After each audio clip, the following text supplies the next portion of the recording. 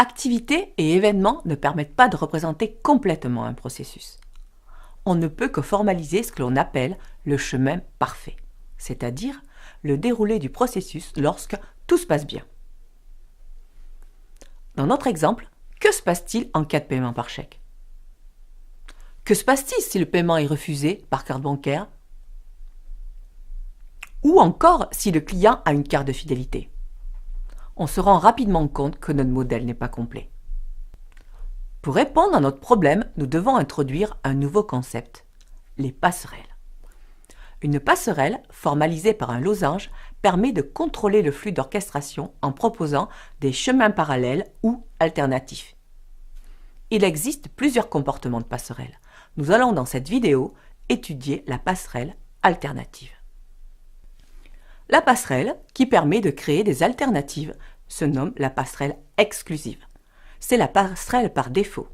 Elle est représentée soit vide, soit avec une croix. La passerelle exclusive peut être utilisée de deux façons. Tout d'abord, on peut vouloir diviser les flux en plusieurs chemins exclusifs, en fonction d'une condition basée sur une information. Reprenons notre exemple. Une fois que le client a demandé la note, on lui demande s'il possède une carte de fidélité. S'il possède une carte, une remise est alors appliquée sur le montant du repas. On souhaite donc diviser le flux en deux en fonction de si le client possède ou non cette carte. Côté formalisme, on remarque plusieurs choses. Les passerelles sont reliées aux autres concepts par des flux de séquence. On indique la question correspondant à la condition voulue. On note sur les flux de séquence les critères des différents chemins possibles. Seconde utilisation de la passerelle exclusive, la reconstitution d'un chemin unique après plusieurs chemins exclusifs. Dans notre exemple, que le client ait une remise ou non, on souhaite ensuite l'encaisser. La passerelle permet donc ici de récupérer un seul flux de séquence qui avait été divisé en deux par l'alternative. On parle de ou exclusif car le flux revient exclusivement de l'un ou de l'autre chemin, mais pas des deux. Notre exemple précédent montrait une alternative avec deux chemins possibles. Mais il est possible d'en modéliser plus. Notons cependant qu'il faut obligatoirement que le flux continue sur un des chemins proposés. Le flux ne peut pas s'arrêter sur une passerelle, il ne peut s'arrêter que sur un événement de fin.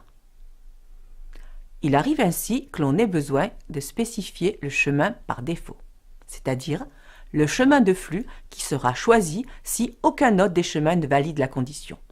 On le traduit par un trait oblique sur le chemin en question. Cela garantit la continuité de la séquence. Dans notre exemple, demandons le moyen de paiement à notre client. Il peut payer par carte bancaire, chèque ou espèce. Tout autre moyen de paiement est refusé et on lui redemande alors un autre moyen de paiement.